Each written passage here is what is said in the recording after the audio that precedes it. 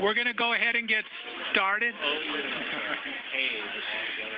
So time is already moving quickly. Didn't even realize it was already past 2 o'clock. So we want to go ahead and get started. I'm glad that we have you all here. We had heard a rumor that there was over 120 people that had RSVP'd for this meeting. So we're glad that we at least have seats. So again, glad to have you here, and we want to dive in and work through some important, or hopefully have some engaging, productive discussions. Wanted to start off with introductions around the table. If we've got 120 people, we might not be able to get through all of it, but we'll at least go around the table. I'm Warren Tenney with AMWA, and I am one of the co-chairs for this committee. Carol Ward, DWR. Tim Tomier, co-chair. Natalie Mast, ADWR. Simone Jolsrud, Arizona Water Banking Authority. Sam Muse, State Land Department. Ron Dobin, AMWA. Sarah Porter, Kyle Center for Water Policy. Paul Hurt, Arizona State University and Salt River Project. Chris Salas, Town of Florence. Terry Sue Rossi, Arizona Water Company. Amy McCoy from Martin and McCoy. Spencer Cams, Home Builders Association of Central Arizona. Rob Anderson, Fillmore Craig. Jeff Gray, CAP. Drew Swiskowski, City of Glendale. Aaron Andre, City of Phoenix. David Snyder, Pinal AMA, GUAC. Laura Grignano, Central Arizona Groundwater Replenishment District. Krista McJunkin, SRP. John Kamik, Sawa. Great. Well, appreciate all of you here, as well as all of you in the audience. And if there's something really pressing that anyone wants to bring up, just tap, don't throw things at our back. And so just before we get started, I wanted just to kind of review what we have been as the objective for this post-2025 AMAs committee. Again, we're looking at issues within the AMAs, not outside of the AMAs. We're looking at what we could do better for the AMAs after 2025. So right now we're not focused on the 4th or 5th management plan, though we appreciate all the efforts that are going on with that and know that some of the issues will overlap. And that what we're trying to do is to identify the challenges that we all think are issues that we need to address to improve on groundwater, or improve on water management within the AMAs. Our idea is we're going to try to reach agreement here, develop issue papers, and by issue papers I don't mean dissertations, just a 1 or 2 page that we could then take to the Governor's Water Augmentation Innovation Conservation Council, the council, and show them and get concurrence from them that yes, those are issues. Now go work on coming up with solutions for the issues. So I know we all would like to dive in on the on solutions, but what we're trying really to do is focus on getting agreement on the issues, and then we'll be in a better, if there's agreement on the issues, we'll have a much better chance of coming up with solutions then to those issues. So we have been putting together a list. You should have got now in front of you an updated version of the issues that we've been identifying. And what we wanted to do today was to start diving in on some of the issues that we have identified. And for the purpose of getting a little more agreement that they are issues and start getting some feedback so that we can start putting together an issue paper, which will, of course, then come back and everyone will get a chance to review. But we're trying to move this thing forward. So the first one that we'd like to try to talk about today is unreplenished groundwater pumping. And so, again, what we're trying to do is get a little better understanding today about groundwater pumping that is occurring, that is allowed, that is not then also being replenished or replaced. And under the current regulatory framework, there are several categories for existing and potential new water users that may continue or increase their use of unreplenished groundwater over time, contributing to overdraft of the aquifer. What we're wanting to do is better understand what all of those types of groundwater pumping are, so that we could then determine and discuss, well, what would be ways that, if we want to find ways to reduce that groundwater pumping. We're kind of looking at this today through the eyes of the framework that we currently have, which is safe yield, but we're overall looking at this as groundwater, trying to better understand what unreplenished groundwater pumping is in the AMAs. And so we had asked, we've been working with DWR, and Natalie is going to give some information about unreplenished groundwater pumping in each of the AMAs, and then more importantly to look at also each sector. Because it's really important, I think, that we understand that the issues revolving around unreplenished groundwater pumping is happening in all sectors. This isn't something where we can just easily point to, aha, it's you. And that's not what we're trying to do anyway. We're not wanting to do a gotcha today. We're wanting to just better understand what the unreplenished groundwater pumping is that's occurring. So, Natalie? Thank you, Warren. All right, let me get real close to this microphone so you can hear me. Maybe this is not what I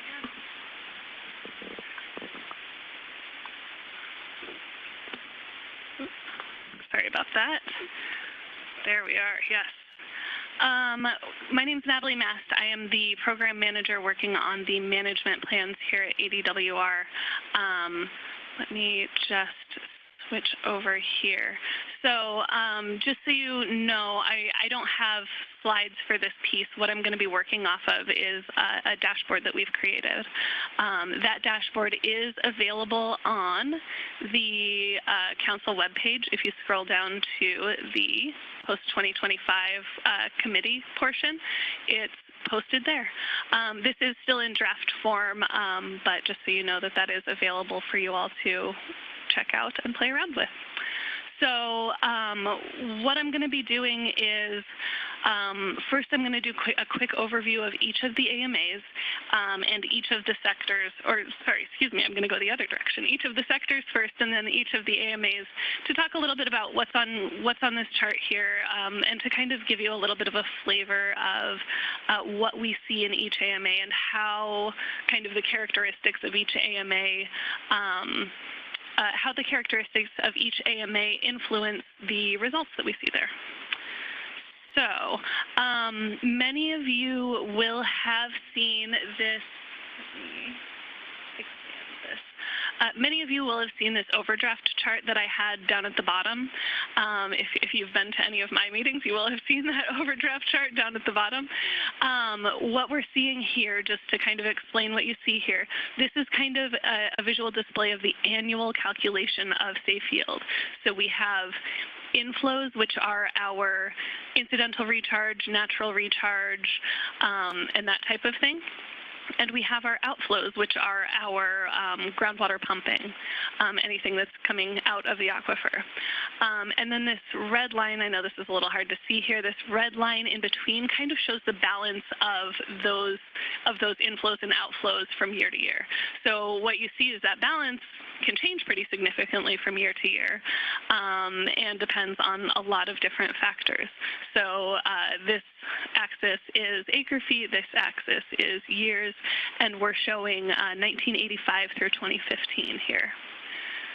So let me go back. So I included this largely because at least some of you would be familiar with it, so it can help kind of inform what it is that we're looking at here. So this larger chart is the same style where we're showing inflows and outflows, but what we've excluded here is anything that we can't assign to a specific sector. So that means that all of your components of natural recharge are not included in this chart. So when you see this line somewhere above what we would consider safe yield, or kind of that zero line, that doesn't necessarily mean it's bad, because there are natural components of recharge. It just means, so in the context of safe yield, some level of unreplenished pumping may be okay because there are those components of natural recharge. So I just wanted to be really clear about that from the outset. So what we're showing in that top chart, excuse me. So what we're showing in that top chart, the way I have this organized is the larger chart shows all of our artificial components, so all of our sector demands. Each of the sectors kind of has its own color, and the different components of that sector are going to be kind of broken down in different shades. All of your lighter shades are your, whoops, my mouse isn't working there. All of your lighter shades are going to be your inflows. All of your darker shades are going to be the, sorry, I said that backwards. Goodness, I'll start that over. All of your darker shades are going to be your inflows. All of your lighter shades are going to be your outflows. And then this line, again, shows the balance between the two, which reflects the amount of those outflows that are unreplenished. So if you can't see the kind of key on the side, we have the blue-green shades are agricultural. This particular data set combines agricultural and tribal water uses. And that is largely just because of the nature of this data set, where the incidental recharge for those two things is combined. So we combined those two things. In the yellow is industrial, and this kind of pink-purple shade is municipal. So again, it includes your outflows include groundwater demands, and your inflows are here. Since it doesn't include any of our natural components of recharge, this is only going to include incidental recharge and any other type of replenishment, CAGRD replenishment. So when we look a little bit, so right now I don't have any filters on, so we're looking at a composite of all of the AMAs. And I'm going to go through each of the sectors kind of at that composite level, and then we'll go through each of the individual AMAs. With agriculture, so what you see here is that the incidental recharge is relatively high. So the incidental recharge numbers are calculated from total demand, meaning where there are other sources of water used, you're going to see higher inflows because that total demand allows there to be higher inflows as compared to if it was just groundwater pumping. Sure. I want to make sure I understand that chart. So the brown on this is incidental recharge associated with agriculture. So what I have it filtered to right now is just agriculture. The darker shade kind of on the bottom is incidental recharge. The lighter shades on the top are the groundwater demand, so the pumping. But so that number, that must include, I think you just explained this, but it must include incidental recharge associated with CAP use. Right, exactly, okay. Because incidental recharge is calculated from total demand. Yeah, okay. So, thank you. So when you put CAP water on a farm, some of that is going to contribute to incidental recharge. So that's going to look a lot worse if we did 2020. In certain AMAs, probably, yeah. Thank you. And when I get to the specific AMAs, you'll see a little bit of a difference in the AMAs where it is groundwater dependent. Let me give the example of Santa Cruz here since we're talking about it. You can see that the portion of incidental recharge is a lot lower because most of their water in that AMA, or all of that water in that AMA, is groundwater or water withdrawn from wells. And so, Natalie, in using this example, with the red line is the... So the red line shows the balance between the inflows and outflows. So what that reflects here is that kind of this portion underneath that line is your portion of unreplenished pumping. Okay. So the unreplenished is from the red line, below the red line to the dark. To the axis, yeah. Yeah. Thank you. Okay. Okay. So for ag, you can see that in some years this actually comes pretty close to balancing out. There's some changes over time, as we see with data sets. There's variation, but because of kind of the nature of ag and because of those additional water sources contributing to that incidental recharge, you see pretty significant incidental recharge in this sector. Something I will point out here. Whoops, sorry. Uh-oh, I may be losing the signal on my mouse. There we go. Something I will point out here, so this dashboard does have a couple pages to it. Something that I will point out here is there are different types of legally allowable pumping. Those groundwater demands here are all going to be related to what we call IGFRs, irrigation grandfathered rights. Warren mentioned these kind of legally allowable groundwater demands, groundwater pumping. Agriculture does not have a replenishment obligation of any sort, but you can see that kind of due to incidental recharge and due to the different types of water that they use, there is recharge that occurs in that sector. So we'll go ahead and move on to industrial, if I can click on it. There we go. So industrial is the next sector. I do want to note that this axis, when I filter, does adjust. So what we're looking at here is, where agriculture, we saw that top line is 2 million acre feet. Most of the bars or some of the bars are coming up to about 1.5 million acre feet. This industrial sector, if it'll click for me, sorry about that. Oops. Well, okay, maybe we can get the mouse to work. Sorry, guys. Yeah, okay. So the industrial sector, our top line is 150,000 acre feet, so we're a different order of magnitude here. But what you see is the industrial sector, there is a calculation here. Again, this calculation for incidental recharge is based on total demands, but because the industrial sector, we have things like dairies and power plants, they just don't provide as much incidental recharge as something like agriculture. There is a calculation that goes into this that takes into consideration the different types of industrial uses. So something like turf gets a higher percentage of incidental recharge than something like a power plant. So again, these are legally allowable. Oops. There we go. So there are a couple different types of legally allowable groundwater pumping in the industrial sector. We have type 1s and type 2s, which are both different types of grandfathered rights. I'm not going to get too far into the details of those today because we could talk for a long time about those.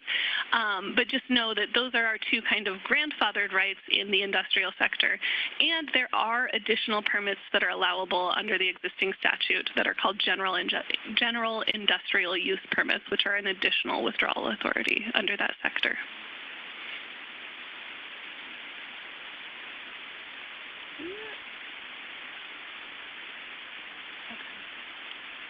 Now, move on to municipal.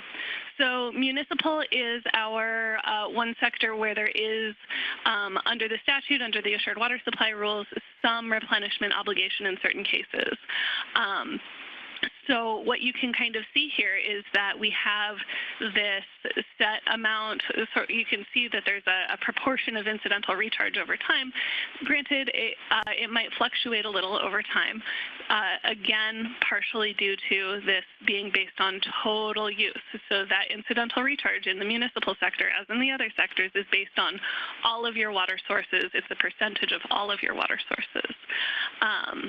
So especially when we get to the Phoenix AMA, you'll see that municipal incidental recharge looks higher than in some of the other AMAs, but that's because the Phoenix AMA has access to a lot of other types of water that they use in addition to groundwater. So what you see here is that there's some incidental recharge, but it's still not quite to the degree that we saw in ag by the nature of this type of use. Our allowable pumping in the municipal sector is related kind of to those assured water supply rules with groundwater allowances and extinguishment credits. Krista? Have you thought about adding the cut to the aquifer from recharge done by municipalities or municipal sector? Sure. And the reason I didn't include that here is because of the water bank, actually. Because we hadn't quite done the legwork to see if we could apply the entire cut to the aquifer to municipalities or whether there might be other categories mixed in there. My instinct is that it would largely go to municipalities, but I wasn't confident about that. So it is something that we could potentially add in. We just had not done that yet. So. Sure. And also not included, and probably appropriately, is artificial recharge that goes into becoming a long-term storage credit. Is not included as well.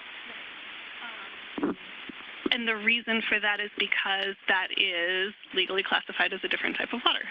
Because that would, if it was Colorado River water that went to creating that long-term storage credit, that's still legally classified as Colorado River water. So this is, again, groundwater focused, similar to that safe yield calculation. Thanks. Okay. So I have a quick question. You show the CAGRD replenishment. If we're replenishing CAP water, is that being counted then? So, right. So since that is not replenishment, so when you store that CAP water is not accumulating credits. It becomes groundwater, so it gets counted here.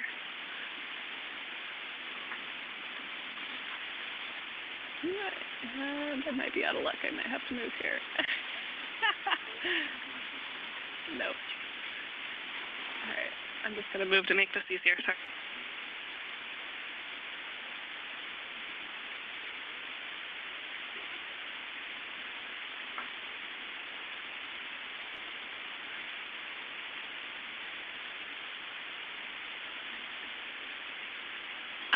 Okay, sorry about that. So what I'm going to do now is go through each AMA, and we can kind of talk a little bit about, again, how the characteristics of each AMA influence a little bit what these results show. So we like to do the AMAs from north to south. So if we start with Prescott here. Prescott is an interesting case because under their assured water supply rules, the municipal sector does not get credit for incidental recharge. So you don't see incidental recharge in the municipal sector here. So that's kind of a unique thing. I should also point out here that I have two different shades in the demands for the municipal sector, one of which is the municipal groundwater demand associated with providers, but this lighter shade that we have up top is an estimated municipal demand associated with domestic exempt wells. And you can see that that is a small but not insignificant portion for the Prescott AMA. I think when we were kind of eyeballing the numbers, it came out to something like a seventh. So on that order. Yeah. So what you can see too here is that agriculture has decreased over time in this particular AMA, while municipal uses have increased, which means that your unreplenished groundwater pumping has increased over time because you're not seeing those because there's not incidental recharge related to muni, and you're seeing the incidental recharge associated with agriculture decrease over time. So if we switch to Phoenix, your overall incidental recharge in this AMA, in the Phoenix AMA, is pretty high, and that's due to the availability of a lot of other types of supplies in the Phoenix AMA. Total agricultural use has gone down in the Phoenix AMA, but we're not really seeing that reflected in the groundwater use here. So that change in agricultural use has really been kind of in other supplies in the Phoenix AMA. But when you kind of look at the breakdown of the different sectors in this AMA, your agricultural unreplenished pumping in this particular AMA is actually pretty low. And industrial, as we might anticipate, is higher, although this is 60,000 acre feet as opposed to 200,000 acre feet. And the municipal sector as well does have some level of unreplenished pumping, but we're able to see that decrease over time with these inflows of the CAGRD replenishment. When we look then at Pinal, Pinal, as we all know, is very much agricultural dominated. The portion that we see here of replenishment associated with ag is not quite as high as in the Phoenix AMA, just because the Phoenix AMA does use, more of those other types of sources, SRP water and Colorado River water. But there is still a significant portion of incidental recharge that occurs associated with ag in this AMA. Municipal, sure.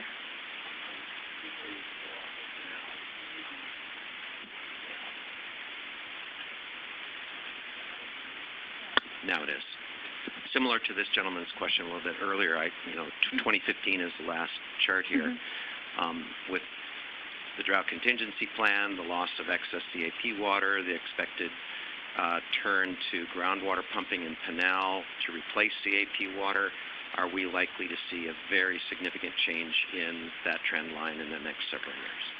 So it's a little bit hard to say exactly what the trend line is going to do because it is going to depend on your total water use as well. But in general, you're going to see kind of this outflow side increase as you see increased groundwater demands, which is, it would be totally reasonable to then see that unreplenished line shift upward in that AMA. That's a distinct possibility, yeah. In the municipal and industrial sectors, I know because ag is so dominant in this particular AMA, it's a little bit hard to see how those have changed over time. But municipal and industrial sectors have grown very significantly in this AMA, but they still make up a relatively small portion of the total demand in this AMA. And you can see that because those two sectors are very largely groundwater-based, that the incidental recharge associated with those sectors is pretty low. Tucson. Okay, so Tucson, the total demands across Tucson have actually been pretty flat over this time period.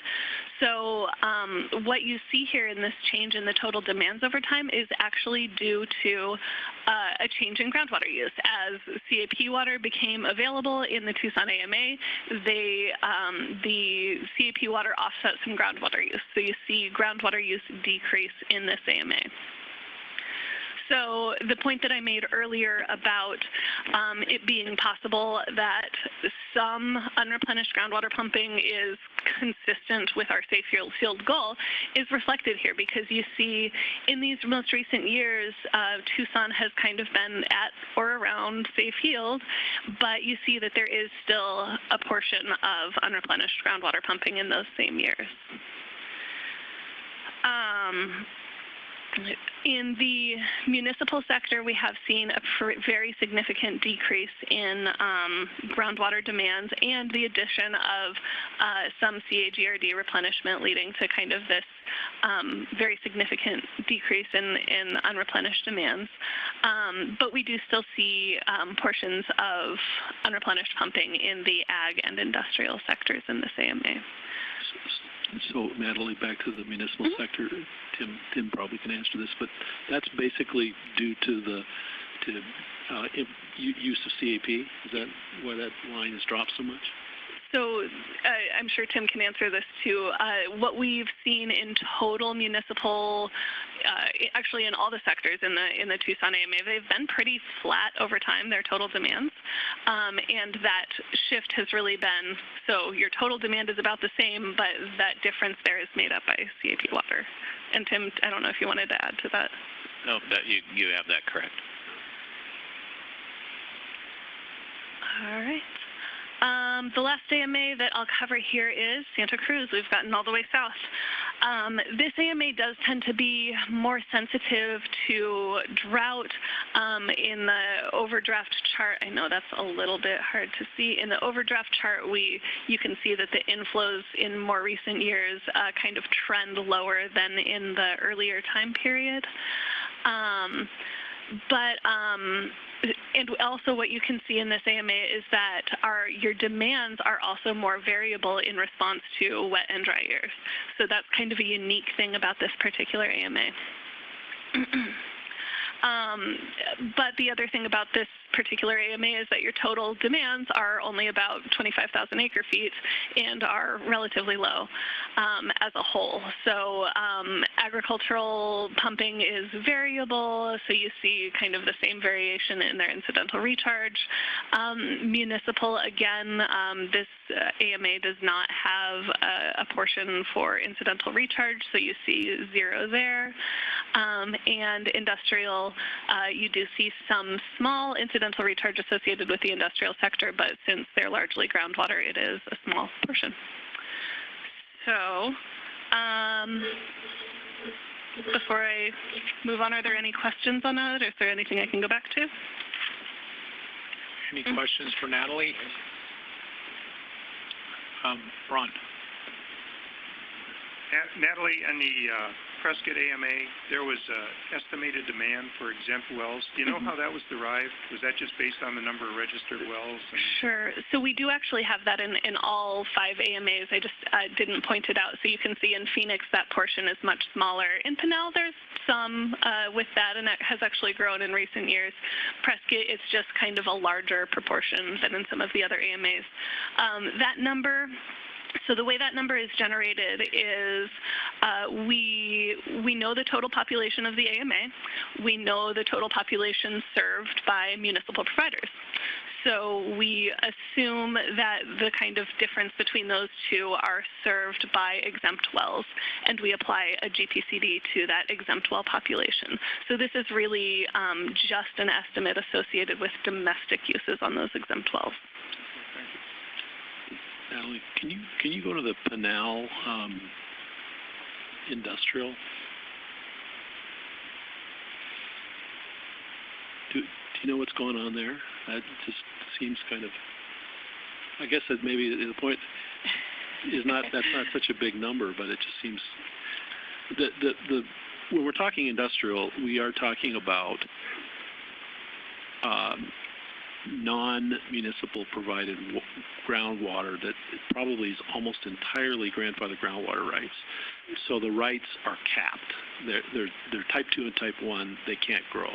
With the exception of the general industrial use permit, those can be additional. Right. General industrial use permit. It just seems strange that we have that spike, and I just didn't know. So what you may see is irrigation grandfathered rights for being retired into a type 1.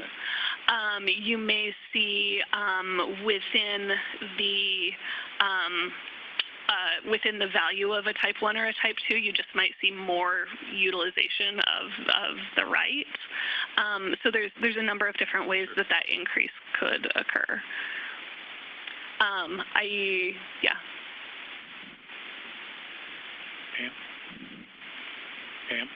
Pam? The other thing, too, is I noticed that the spike was right in the middle of the building boom, and some of those industrial rights were used for sand and gravel as a supplier for building. Paul?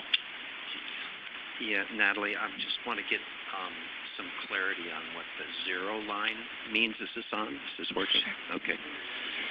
You mentioned at one point that's safe yield definition. Another point, you called it net zero, and I know safe yield is not really net zero.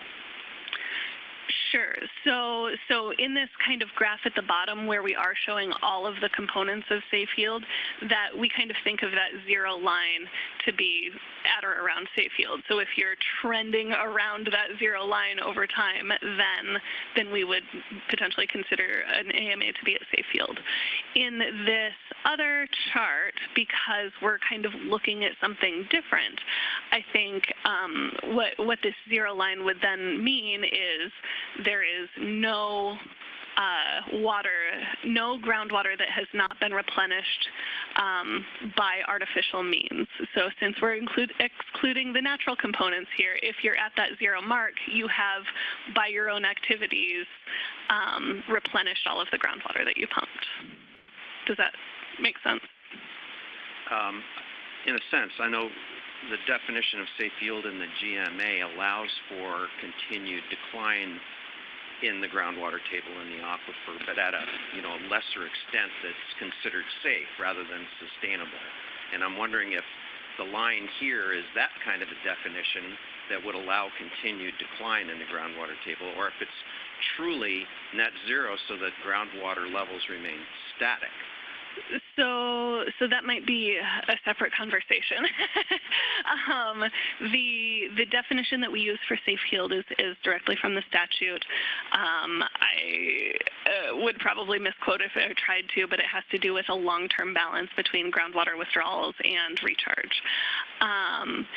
So what it does not do is protect against localized changes in groundwater levels, but what it does do is look at a balance between withdrawals and recharge on the AMA scale over time. So maybe that would have to be a more nuanced conversation there. Thank you, Natalie. So what we were what we were wanting to try to accomplish was to just be able to give a kind of a snapshot or increase our understanding of what unreplenished groundwater pumping is occurring. And we're trying to really look at it just under unreplenished groundwater pumping and not really associating it with safe yield or not, because each AMA has different goals.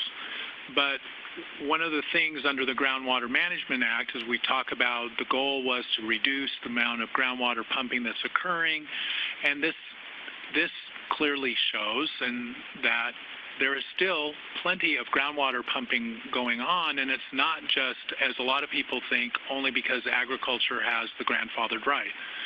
And so this was to help us get a better understanding of that it's happening in a lot of different ways, and how do we, if we want, is that an issue? And then later figure out, well, how do we want to grapple with that? Because there's clearly groundwater pumping, that plenty of it going on still in the state, or in the AMAs, excuse me. So what I was, what we were wanting was to get any feedback or any thoughts in regards to this, and then we were going to try to start putting together a description of why this would be an issue that we would want to look at further for possible solutions or not. Krista, you had a... First of all, I'd just like to thank Natalie for making this information available on the website, because I look forward to being able to play with the dashboard and look at it from lots of different angles. So as a data nerd, I appreciate this.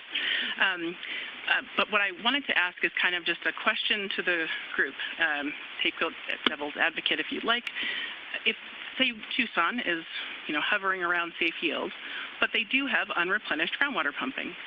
So is that actually a problem? Like if an AMA achieves safe yield, despite continuing to have unreplenished groundwater pumping, is that a problem that needs solving, or is that an acceptable condition?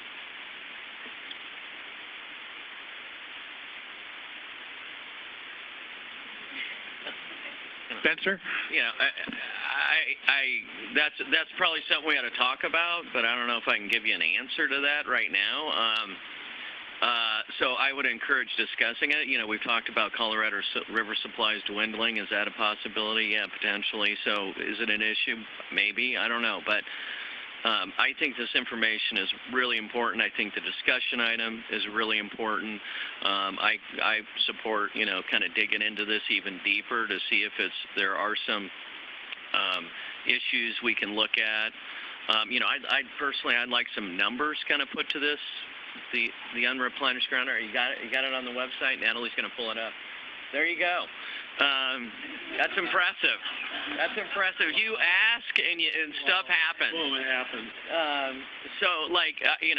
I'd love to go through those numbers, but I think as a group we ought to look at these numbers and look at this issue and and discuss it further to see if there are possible solutions to this unreplenished demand.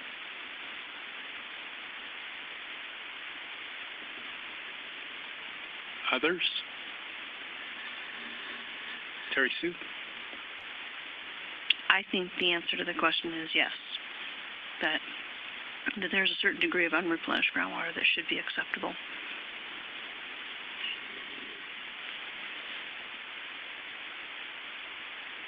Yeah, I was going to agree with that too.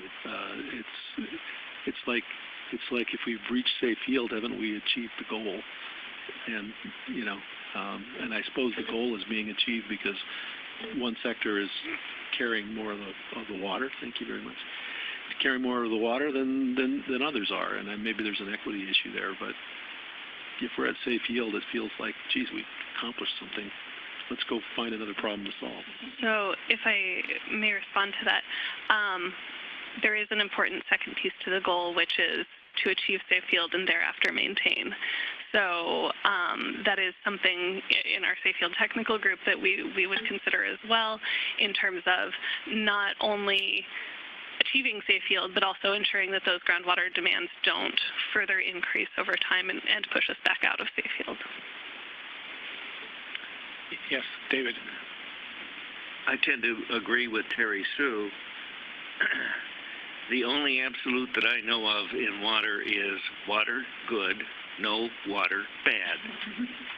So if we don't allow some unreplenished groundwater use, then the AMAs are going to be bouncing back and forth as conditions change, as other things happen, and it seems to me as long as that unreplenished component is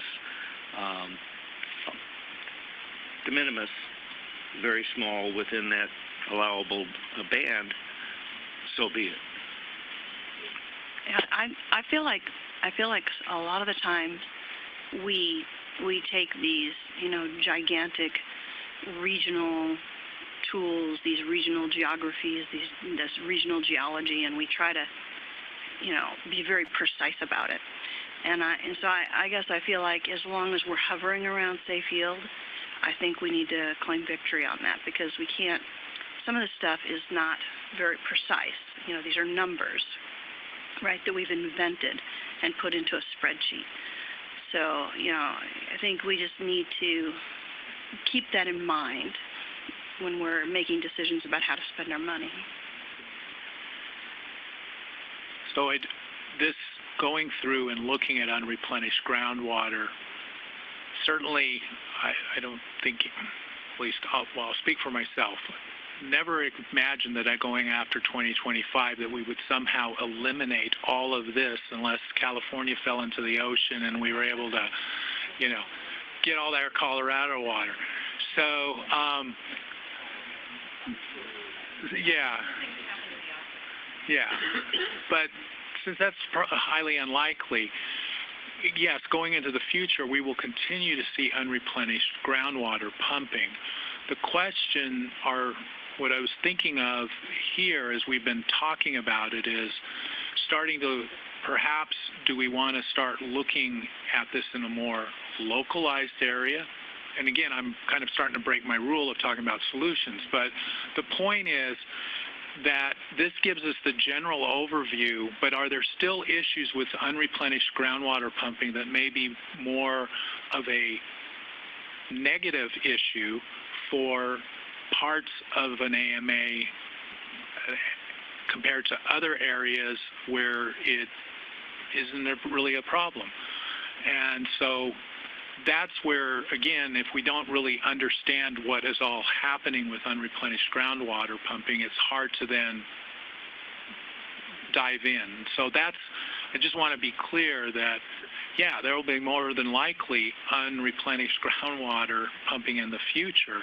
The question is it done in a way that we can sustain? Spencer. I'm just trying to get my head wrapped around your comments. I mean, I think we all would agree that unreplenished groundwater is never a good thing, right?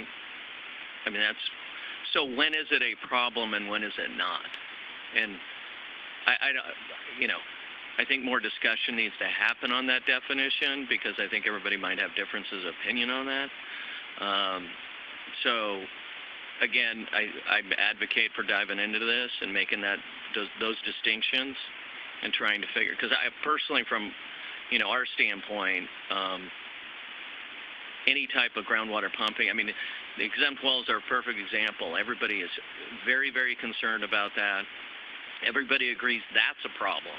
But when we put up a different color on that chart, it seems there's a distinction that that's okay in some circumstances, and I'm just trying to understand when that is okay.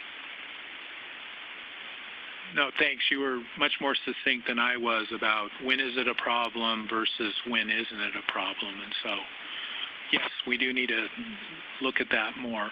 What would be the best way to look at that more? Would it be helpful if we did try to put together an outline for some type of way of describing it, and then we can then rip it all apart and discuss it? Krista? And after Krista. I wonder if the problems that we might expect to see because of unreplenished groundwater pumping aren't the same problems we see in item C on the agenda with regard to recovery outside the area of impact and location of pumping and recharge. They seem like you might be able to combine them, and even though the source of the problem is different, the result, it seems like they would have similar results that we could address. Then, Warren, what I'd add to that is it came up a little bit earlier, is the equity issue, I think, still remains. Even if, so first of all, we have one AMA in safe field, so we're not there yet. Can't declare victory. And second of all, if we come down to a conclusion that some pumping of unreplenished groundwater is acceptable or okay or not a problem, who gets to pump it? Because right now it's not equitably shared amongst the different sectors. So if you go to the Tucson AMA and you see that it's practically in safe field, and you see that there is unreplenished groundwater being pumped, but it's not spread across the different sectors in an equitable way. So it goes back to who got us to safe yield and how did we get there, as well as being there in the first place. So I think the equity issue should be a part of it.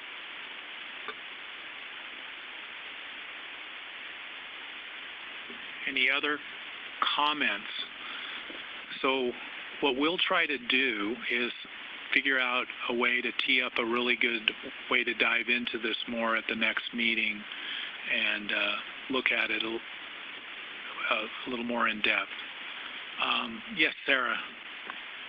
Well, I'm kind of interested in the idea of it being an equity issue because I have a different idea of what equity means, I think. So I think, I don't know that it's so much an equity issue as really when I think about what is really the larger purpose of this group, it's to think about what kinds of improvements to management plans could help get us places that aren't in safe yield that need to be into safe yield and then help them maintain it, as Natalie said. And so we're really looking at where are the levers for management that could make that happen. And I'm not sure if I start thinking about equity, I think everybody is equal in their people who are pumping for good reasons, and people who are not pumping or recharging for good reasons. I don't mean to pick a fight about it, but I think what we need to focus on is where are the opportunities for improvement, because there might be some pumping that we really can't do anything about. Randomly located dairies might not, I don't know, off the top of my head, but it may be that we should really focus on where are the opportunities for reducing pumping, and maybe that's what you meant, Tim. It's almost what I meant. I think it's absolutely agree with everything you said, except for I go back to the how do you maintain and stay there indefinitely, because the reason we're in safe field in the Tucson AMA is because of one sector. And if that allows other sectors to not have to do anything further, but then they also get to expand what they're doing, and then the municipal sector is supposed to compensate for that, that's not a post-2025 world I want to live in. We did what we did to get to where we are. Staying there is everybody's responsibility, not just municipal sector. That's what I'm saying. Terry Sue. So this is the Tucson one. I'm looking at the chart, and the one down below includes the natural as well as the artificial. The one above doesn't include the natural. And so, I look at that and I think I would like the Tucson AMA natural recharge assumptions in Pinal AMA. So it's certainly a suggestion, this is Natalie Mast, certainly a suggestion we've heard before to include those natural components there. What we did not want to do here was insert our own assumptions of how to divvy up those natural components of recharge. So if that is certainly a thing we can consider. That wasn't exactly what I meant. When we talk about the Tucson AMA being in safe yield, it's in safe yield because you have favorable natural recharge factors, right? Because when you're looking up top, it looks to me like there is an issue when I look at it without the natural recharge, right? Correct me if I'm wrong, Natalie. Am I looking at that wrong? It looks to me like there is a problem if you look at the top. So it kind of goes back to what I said at the beginning, where because we're excluding the natural components of recharge here, what we wanted to show on that top chart was what are the pieces of supply and demand that can be attributed to any single sector. We wanted to exclude something that we cannot attribute to a single sector. So we don't have the natural pieces in there, although there's been occasionally suggestions that we should just split it up somehow and assign bits of natural recharge to each sector. But we wanted to leave it out in order so that we can see what is the balance of each sector's activities in terms of its groundwater demands and its incidental recharge or replenishment. Does that answer your question? What I'm saying is we're dealing with assumptions here. We're dealing with these gigantic numbers that we could be off by, some order of magnitude. And there are things that can be favorable, like what the natural recharge is in terms of helping the entire basin. I think I'm kind of agreeing with what Sarah is saying, is that it's not about assigning it to a particular entity, a particular sector. It's how does the whole system work. And if you happen to be in an area where there's more natural recharge, then you're going to have a more favorable situation than if you're in an area where there's less natural recharge. And there's a lot of stuff at play. Maybe a different way to say that would be that the amount of kind of acceptable unreplenished groundwater pumping in one place might be different than the amount in another place.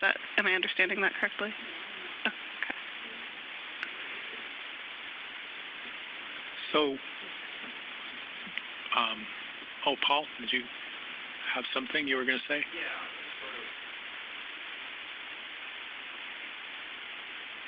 Picture, so I don't know if this is the best time, but I'm thinking name of this committee is post-2025.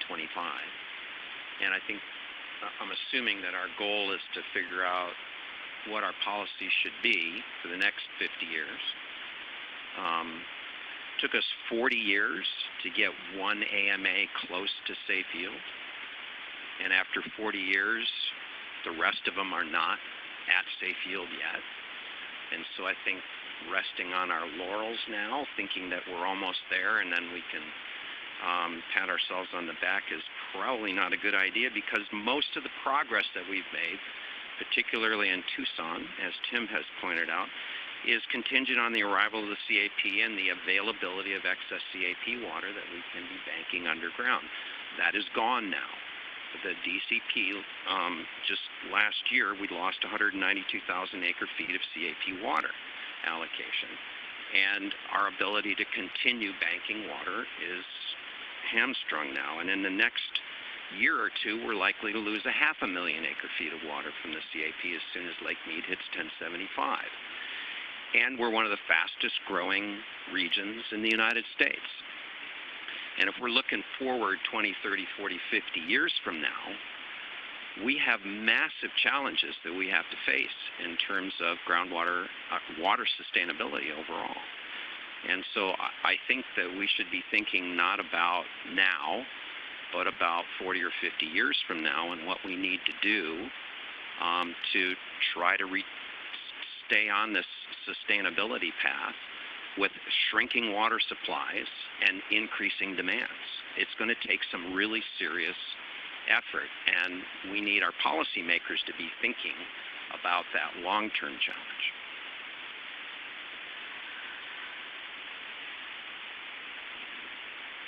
Rob, just say one thing about the equity thing. Just people should be cognizant of the fact that I think everybody around the table here is probably a municipal or I guess we have academics, but we don't really have all these other sectors represented here. The single biggest one there is ag, of course, and I don't think we have ag people here. Or do we? Maybe we do. I think we have some folks in there. So what we're kind of talking about is we're sort of pointing the finger at other sectors is what we're doing. And that's going to be a challenging conversation, because the reason that you don't have extensive CAP use in the ag sector is because of the cost, and because of water that had been dedicated to that purpose has moved to the industrial side. I'm sorry, it moved to the municipal side. So anyway, just trying to make the point that this is really, we were kind of looking at the world from a municipal sector point of view, and that's all. Well, our objective was to try to show today that all sectors are involved with unreplenished groundwater pumping. And I agree with Paul in the sense that we're trying to look at 2025 and beyond. And unfortunately, we have to use the reality of today to look forward. And just like 40 years ago, they were looking at what their challenges were at that time to then develop the groundwater management code. And that's what we're trying to do today, is look at what are the challenges, what are the issues that we have today And so, again, this conversation on unreplenished groundwater, trying to get it away from safe yield, it just goes back to the point that Spencer made. Pumping, not being able to replenish groundwater pumping is not necessarily a good thing. And is there something that can be done to help reduce that in any way? Where does it make more sense? Is there some parts of an AMA that is, the aquifer is more stressed than other parts? How can we deal with this? But one way or the other, there is unreplenished groundwater pumping occurring, and that is going to be a problem going past 2025, and we need to look at that. And definitely, I really want to emphasize for everyone out there, this isn't about municipal versus ag versus industry. It's about how do we all work on this together, because we all are contributing to the unreplenished groundwater pumping. So we will work on an issue paper or start drafting, but we will keep digging into how we can best explain this and look at this so that we can then really dive in and get into some of the funds of trying to come up with solutions and see what there is. Any other thoughts on this? I just have a question. I know industrial was a small amount, but is it possible, Natalie, does DWR have the data to break out different in it, and does it mean anything if you do like different types of industrial use? So yeah, like the different subsectors is what you mean there. We do have that data. I'd have to check and see if we have it available in a way that we could incorporate it into something like this. I'm not sure off the top of my head.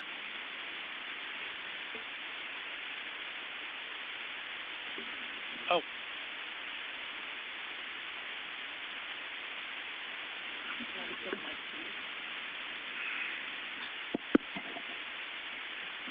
Thank you. Just a question about the analysis at Dennis Rule. Just a question about the whole unreplenished groundwater pumping and the numbers in here. From what I understand, none of these numbers for any of the AMAs include things such as the groundwater account balances of the designated water providers that will be able to pump that groundwater millions of acre feet without replenishment, or the groundwater, the drought exemption that's in the assured water supply rules. So so my question is, do these numbers, these calculations in any way take those into account, or do they not include those? So for the groundwater allowance portion, what these numbers look at is the demand in individual years. So for a given municipal provider, some of that demand might be accounted for against their groundwater allowance balance, and some of it may be CAGRD replenishment. So it's kind of accounted for indirectly, although we don't look at the total balances in the groundwater allowance accounts. Maybe the point that could be made there is some in the municipal sector, some of that groundwater pumping would just be debited against the groundwater allowance account and would not be required to be replenished. But again, but these calculations of the amount, the volume, in particularly going into the future, the volume of unreplenished groundwater pumping does not include an assessment of that. So the point I would make is, if you're looking at, particularly post-2025, the issue of unreplenished groundwater, that those are some fairly significant volumes of water, unreplenished groundwater use that will be used within the municipal sector that really ought to be accounted for in one way or another. Sure. So this data set only looks at historical use. We're looking at 1985 through 2015 in this particular dashboard. So we're only accounting for actual historical use at this point with this particular data set. We're not doing any projections into the future of how those groundwater allowances might be used over time. But your point is well taken. And that was one of the uses that we were wanting to have included on the list to acknowledge that that is going to be there in the future when we're talking about all of this. So let's jump to exempt wells. Exempt wells is also an unreplenished groundwater pumping. But the question came up last time, well, how much of this are exempt wells? There'd been a lot of focus in regards to the Prescott AMA, and a question was asked, well, but how much of it is exempt wells really an issue for other AMAs? And unfortunately, we don't have measuring of how much exempt wells pump, therefore they're exempt, but Natalie did some work to help kind of show, I think, help make a point of whether this is an issue we want to put a lot of focus on, or whether it should be more focused via AMA. So, okay. So I'll let you walk through what this means, and then we can chat a little more on it. Okay, so I promise this isn't going to be as extensive as that other piece. We just have the one slide here. So what you're looking at here is wells, the percent of wells broken down by AMA. We have non-exempt wells, or those that are greater than 35 gallons per minute. So the non-exempt wells are all in blue. The exempt wells, those smaller wells, 35 or less, 35 gallons per minute or less, are in the gray at the bottom. The two different shades you see, the darker shade represents the percent of wells. So of the total number of wells, 3% of wells in the Prescott AMA are non-exempt wells. The lighter shade, where you see non-exempt capacity, what we're looking at is the total pumping capacity of those wells. So what we kind of see generally across the AMAs is that most of your pumping capacity, most of your potential pumping comes from non-exempt wells. We're on the order of 90% or more in most of your AMAs. In four out of the 5 AMAs, Tucson is 89%, close to 90. But Prescott kind of seems to be a little bit of an outlier here, where in most of the AMAs, a few wells make up most of your capacity. The split between the number of exempt and non-exempt wells is a little bit different in the Prescott AMA. So where in most of your AMAs, 90-ish% of your pumping capacity is due to non-exempt wells, in the Prescott AMA, only 56% of that potential pumping is due to non-exempt wells. So in most AMAs, you have I think, so Tucson is at 11%, but in most of your AMAs, you have a small percent of potential pumping coming from those exempt wells, even if there's a significant number of them. Just because they are smaller capacity, they add up to less. Whereas in the Prescott AMA, the number of exempt wells is high enough there that they add up to a significant amount of potential pumping. We're at 44% of potential pumping associated with those exempt wells in the Prescott AMA. So it is a unique thing that we can see in the data there. Ron? Thanks. Natalie, when we look at capacity, how does that compare to demand, national demand? I mean, when you say 44% capacity, are you looking at the number of wells times So maximum pumping capacity or? Sure. So what we're looking at is the reported GPM of that particular well times the number of wells. So it's kind of combined with the number of wells. So it's just kind of a sum of all of the GPMs of all of the wells in that category. You're not assuming that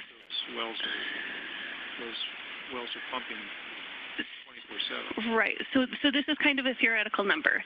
If all of the wells, non-exempt and exempt, were pumping 24/7, then we're just looking at capacity here. So the difference in capacity is the breakdown of capacity is very different in the Prescott AMA as compared to the other AMAs. Is all this is saying. So it's not necessarily this. Sure.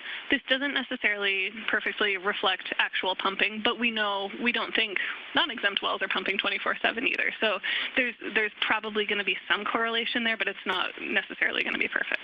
Natalie, I thought that when you've done the safe yield analysis that you have something in there for the actual amount of water that's going to exempt wells. So that is an estimate as well. So the caveat with that number would be that number is based off of population applying gallons per capita per day to the wells. That kind of assumes that it's just domestic uses from those wells, but we also know there are some other types of uses associated with those wells that might not be reflected in that estimate for the domestic exempt wells that we showed on the other dashboard. Natalie? John? Sorry. Do you have data on how many of those exempt wells are within a water service area provider as well, as opposed to just outside of a service area? Because I know in Tucson we have a lot of exempt wells that are within the Tucson water territory, so they're not necessarily used. That's not something we've looked at this point. Paul? Yeah, Natalie, this is a great chart. Thanks for putting that together. But as Ron pointed out, there's a big difference between pumping capacity and actual pumping. So my question is, how many of the non-exempt wells actually report pumping volume, and do any of the exempt wells report? So the exempt wells by statute are not required to report. So we don't have data from those, so it's a little hard to make a comparison of what's the volume pumped from exempt wells. We don't know. They're not required to report.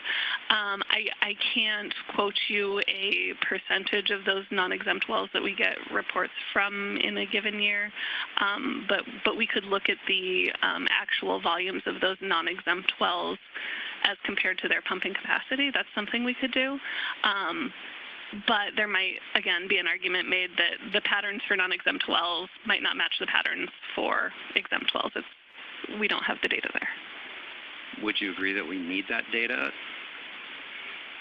eventually, post-2025? I don't know. So, Natalie, aren't most non-exempt wells pumping pursuant to some right, and they're obligated to report? I think they're all. I'm trying to think of an example where a non-exempt well wouldn't have to report. Now, obviously, there's non-compliance. I mean, there's people who just don't report, but right. So inside the AMAs, non-exempt wells would be required to report, but there are exemptions from reporting.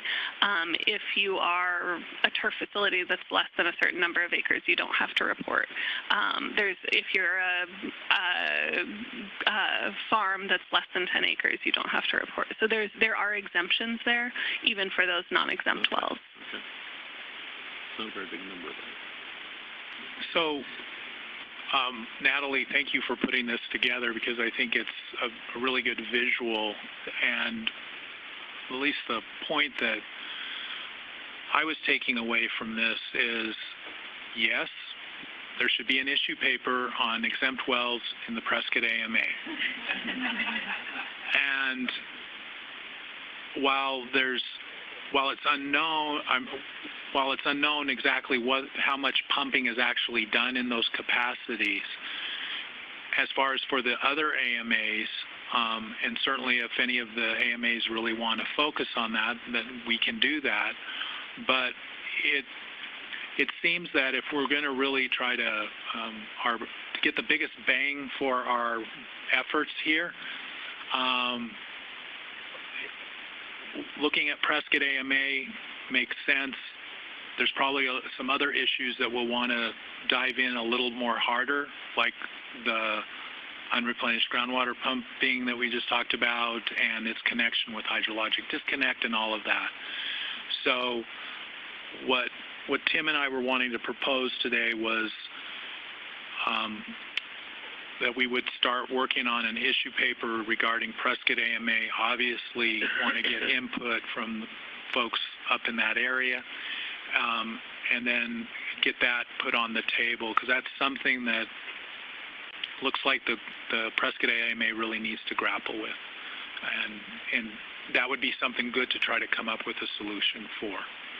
So if that's okay, that's how we would like to proceed, and we thought that this visual speaks that way, or kind of confirms that case.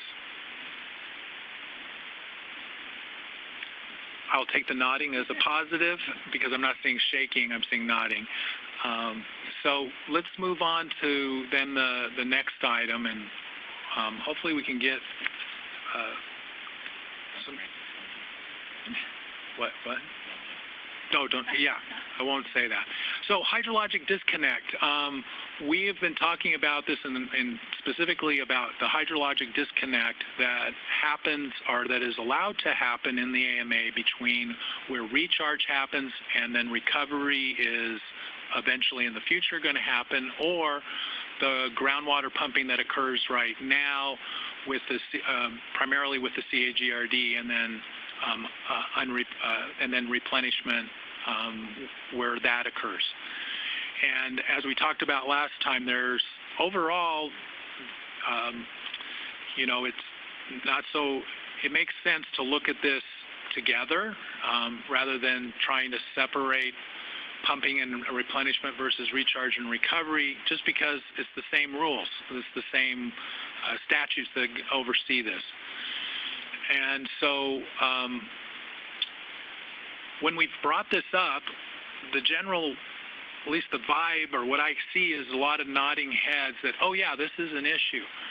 What would help today is if we could have a discussion about why is it an issue? What are the reasons that make this an issue? And it would help to hear that so that we can then start putting together an issue paper that explains it to others that may not be as well versed or understand this issue. So does anyone want to throw out some ideas of what makes hydrologic disconnect an issue to be concerned about?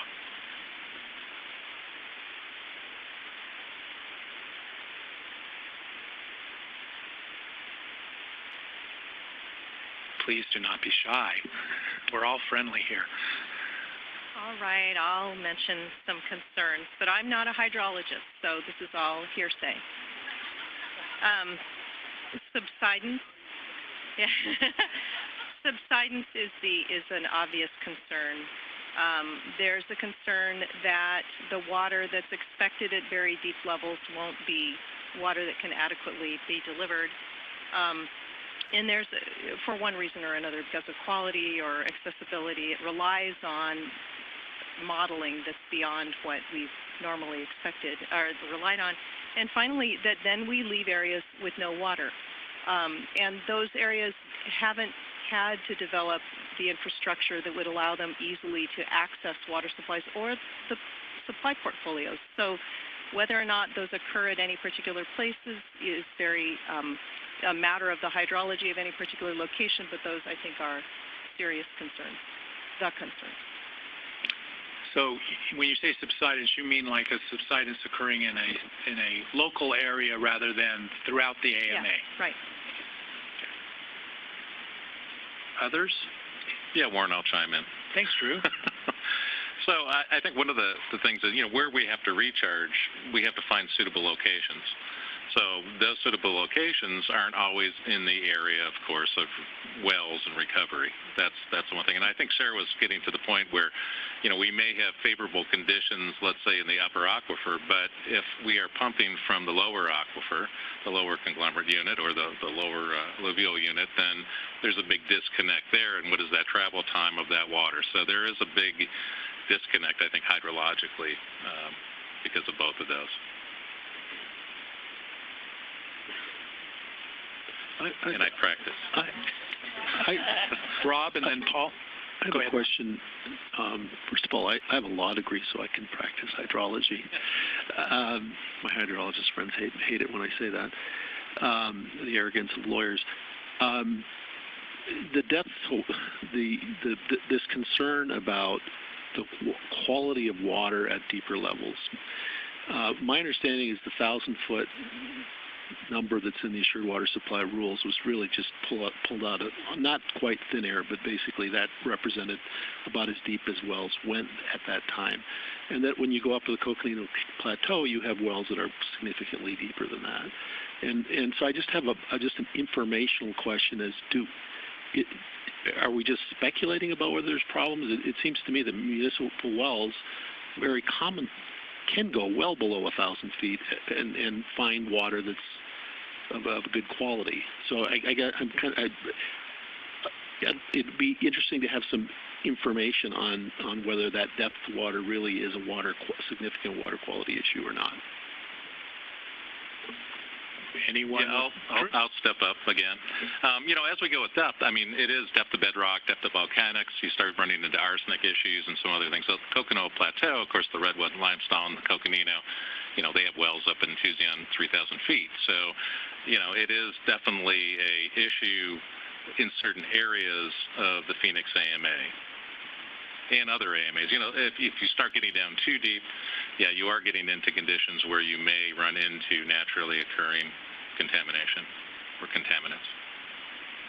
So do you think in any of the AMAs that there could be some areas of the AMA that the quality issue, just focusing on the quality part, would be more problematic than others as you go deeper?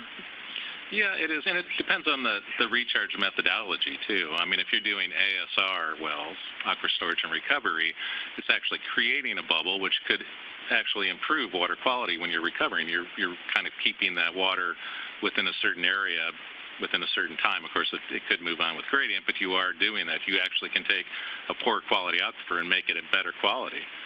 But, yeah. So, other thought? Oh, Paul, you were going to. I just want to endorse Sarah's three issues of concern and then add one more. If one of our goals is to make policy recommendations for the post-2025 period, bullet item number 3 brings up the fact that water supply and demand have to be managed at specific locations. That's the whole point behind all of our water development infrastructure, is to bring water from where it is to where we want it. Yet all of our accounting under the GMA is done at the AMA level as if it's one big bank account. And this points out the fact that if we put water in one part of the AMA, but it's needed somewhere else, and we don't have the infrastructure to get it there, then have we really created, the water that we need for the people who are going to need it? And that's one of the things that we need to fix in the current way that we understand and assess groundwater in the future, in the post-2025 era. So just kind of building off that point, I think it does also point us in the direction of maybe taking a step back from only looking at AMA-wide level approaches and thinking about the need to scale down to either basin, sub-basin, or perhaps even smaller scale viewpoints to address issues like this, because coming up with an AMA-wide policy that addresses locations of recharge and recovery is, I can't really think of a way to do it. We've tried before, and you didn't really get very far. I feel like part of that is a sense of scale, that we can't necessarily use the same tools in every situation. I mean, you have water logging in some areas. You have other drawdowns, water level decline in other areas. You're going to need a different tool set. So I think we should be thinking about that. The other topic I wanted to throw in is do we have the right tools or policies in place to protect stored water so that if someone has recharged, that they know it's going to be there when they come back for it. And so, and it's not fully covered by this topic, but there's certainly a overlap between this and other policies or programs that that kind of act in concert to protect stored water. But do we have all the right tools we need to protect stored water? One other thing. Go ahead, Drew, and then, yeah, Spencer, go ahead, because I think you had. You know, I enjoyed the discussion. Sarah, I actually agree with you from your standpoint of your concerns, because, you know, those are valid, but I'm hesitant to go into a sub-basin regulatory kind of structure. You know, our statutory obligations, as I understand it, is to make sure the AMA achieves safe yield. I think if we want to go into regulating sub-basins, I think that's fine, but you probably need statutory authority or some directive from the department to do that. So I'm a little reluctant to do that on the hydrological disconnect issue. And so that's one question that we ought to resolve as a committee, whether we're going to do that or not. And so I think that's one specific question. And I think the second specific question is the hydrological disconnect. And I don't know how much of this is a problem without some kind of information from the department about where it is occurring, who's doing it, and why, and what subbasins it does impact. And I think with that kind of information, we can make some rational decisions. But I know it's a policy that people have heartburn over, and I understand that, but what is the real problem that we're trying to address based on specifically Sarah's comments? Where is the subsidence happening? Where are the well levels dropping that cause everybody concern? I don't know. So let's find out if it's a problem. Sure.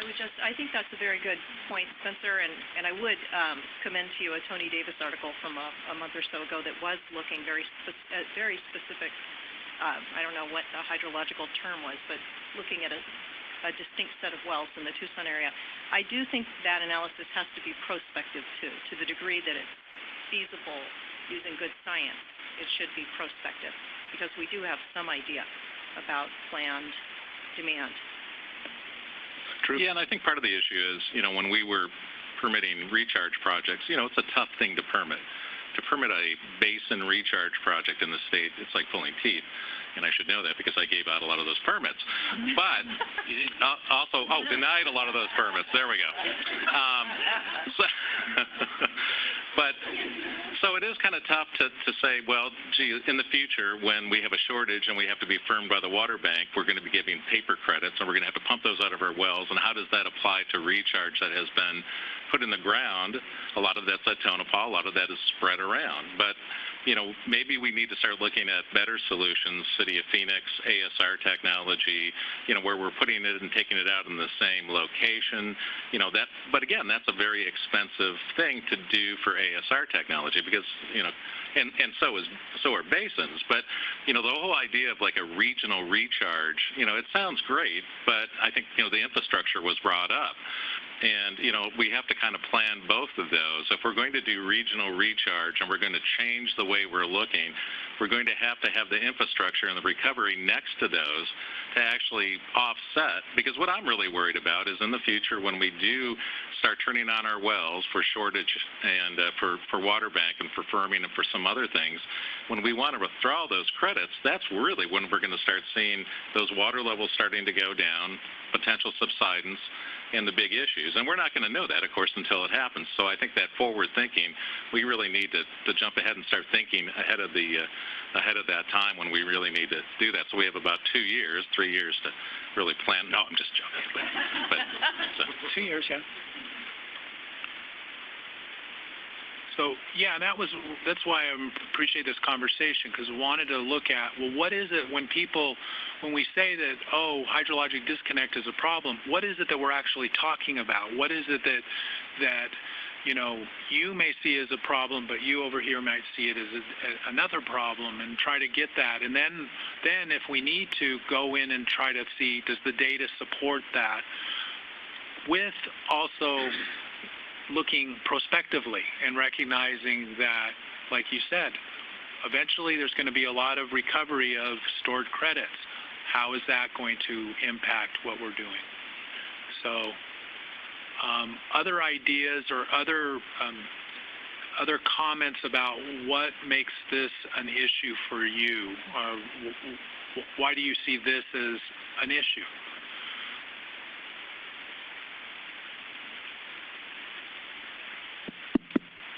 Dennis. Yeah, Peanut Gallery again, Dennis Rule.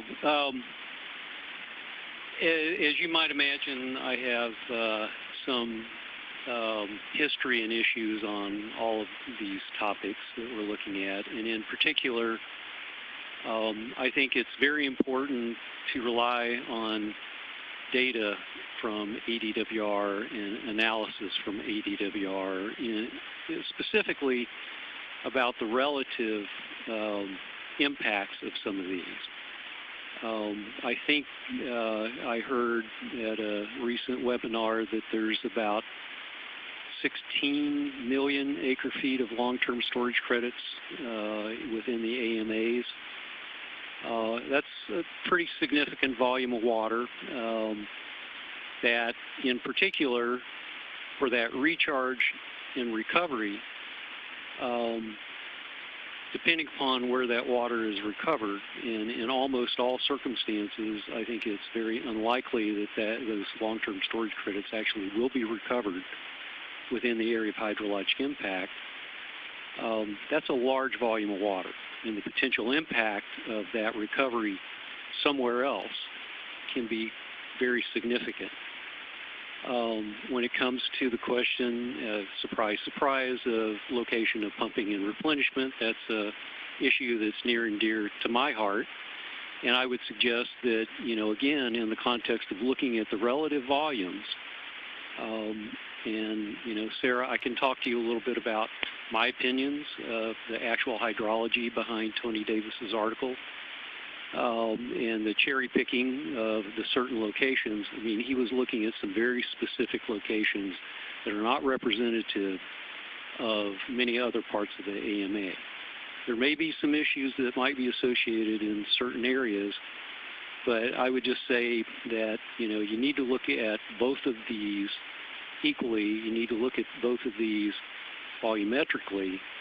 And in particular, whenever in the past the discussion has been brought up about looking in specifically about the location of recharge and recovery, a lot of parties that have done that recharge have said, oh, well, you can't change the rules because we put the water under the ground under one set of rules that says we can recharge over here and we can recover over there, and you can't change that. I would argue that that's basically being an ostrich and putting your head in the sand and ignoring the reality that that is a very significant volume of water that could potentially have very significant impacts. When it comes to the question of protecting stored water, again, there's the issue, the alternative issue of protecting the groundwater of other water users from the recovery of long-term storage credits by some parties outside the area of hydrologic impact. So I would urge the ADWR get beyond a lot of the misinformation that has been presented on this whole issue, in particular relative to the replenishment and recovery, and actually do analysis and look in particular at the relative quantities of water and the relative impacts of either one of those, particularly on other parties.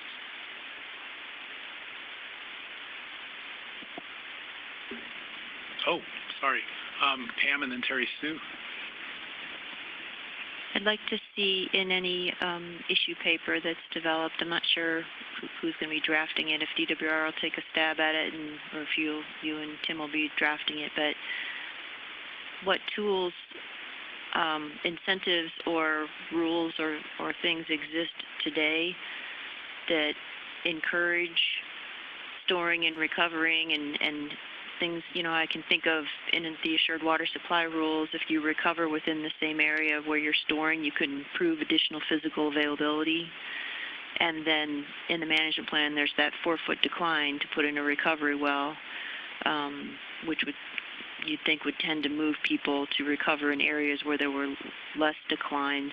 But another thing that I want to bring up is the success stories. I know that in recent years there's been a lot of a move towards water wheeling, working together, different communities storing water together and working together to recover in the area of impact. And I think that's something that I would like to see in that paper too.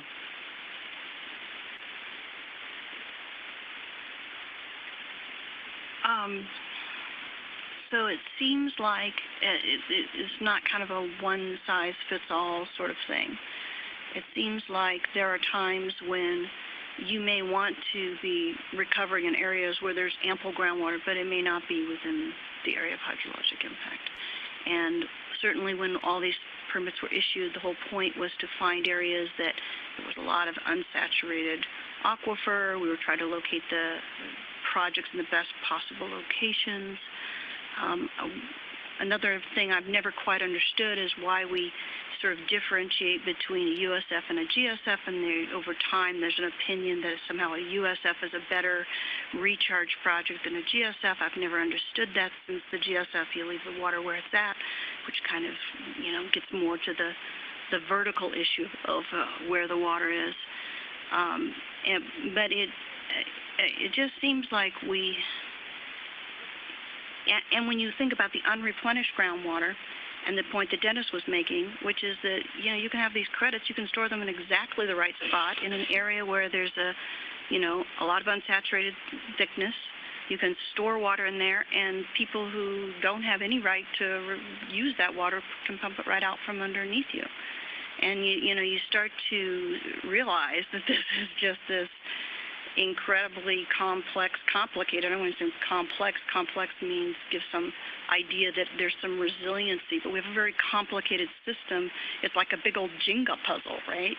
And somebody's going to pull one little stick out, and the entire thing is going to go, And so I'm hesitant. I don't remember, maybe it was Rob who said, let's go down to a finite, a finer level. I think that's the wrong thing to do. I think we need to look more big picture.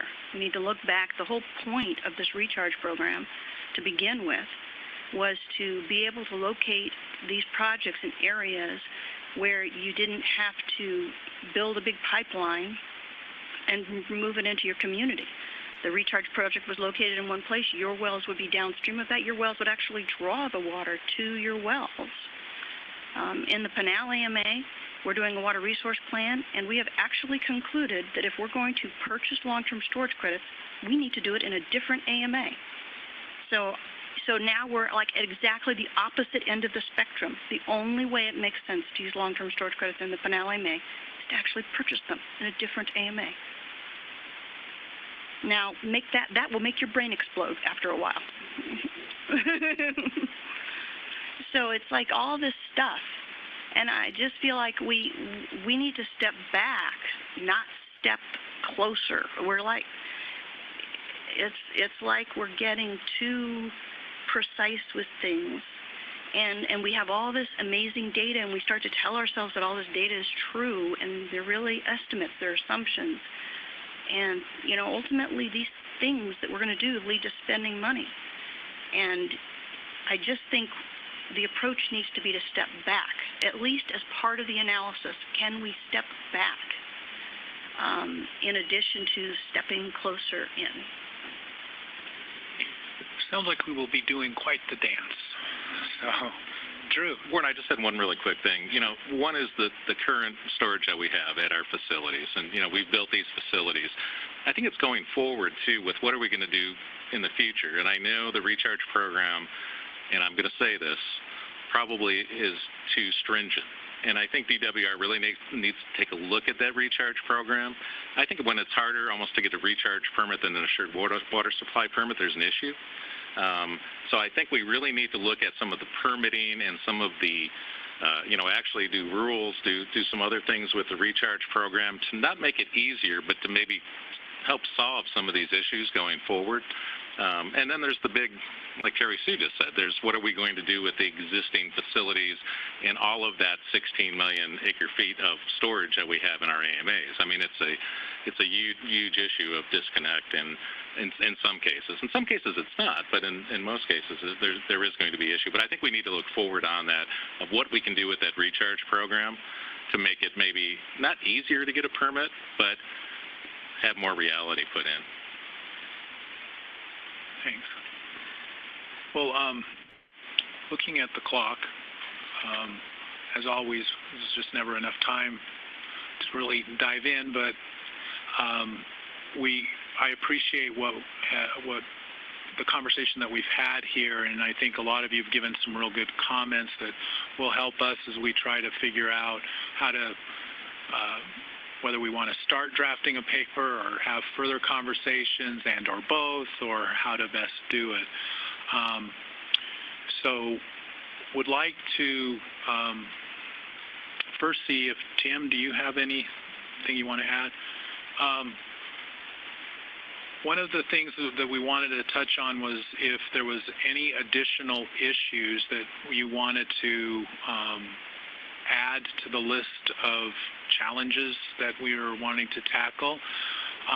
We've already if we can solve the last three things that we just talked about, I would be really happy. But don't want to, again, we want to make sure that we're keeping an updated list of identified issues. And so if anyone has anything they want to throw out now, or feel free to shoot Tim and I an email, we'll, add it on. But again, right now, we're wanting to try to identify these issues, get concurrence from the Governor's Water Council so that we can then do the fun stuff of really coming up with some solutions. And so anything just real quick that anyone wants to throw out? Okay.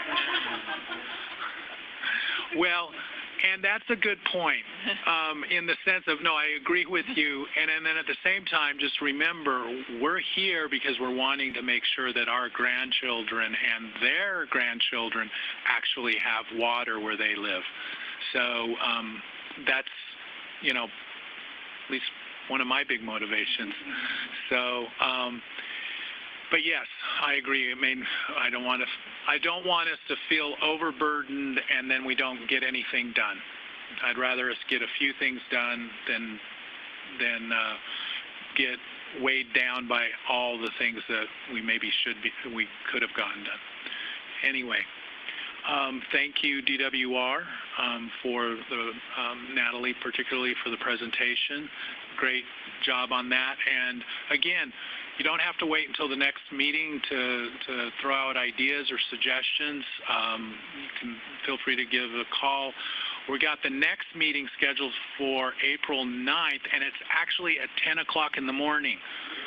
So thank you, Zach, for working on that to make all of our lives a little easier with traffic, particularly all of you that have traveled a distance, and we really appreciate you making the effort to be here today. I guess I should, real quick, look behind. Any comments? That's what 120 people look like. Yes. I think along with Kathy Ferris having sat around the table at 79, I think you're doing a marvelous. Well, thank you. What time will you start? 10 o'clock. 10 o'clock. And we'll go all day until we finish. No, just till noon. So, again, thank you guys. Appreciate it. And look forward to more good work.